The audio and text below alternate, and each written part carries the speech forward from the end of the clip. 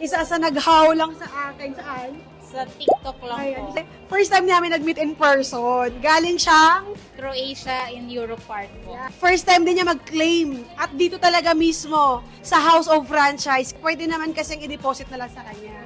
Pero mas pinili niya na pag-uwi niya sa Pilipinas, Kita ko siya personally yung House of Franchise Office and then ma-prove ko sa sarili ko na talagang legit. Sobrang thankful ako sa iyo kasi dahil sa iyo mas natututunan ko about sa mga business, nagiging business minded ako and napapalibutan ako ng mga positibong person na under your team. So sobrang thankful ako. iba yung time zone mo dun eh. Yun yung kinaganda kasi kahit na may time difference sa Croatia tsaka sa Philippines, nagagawa ko pa rin pag-aralan yung business kasi nga through virtual recorded videos na House of Franchise. Kung isa ka ring OFW, nasa Europa ka man, saan ka mang panig ng mundo, what is 1788?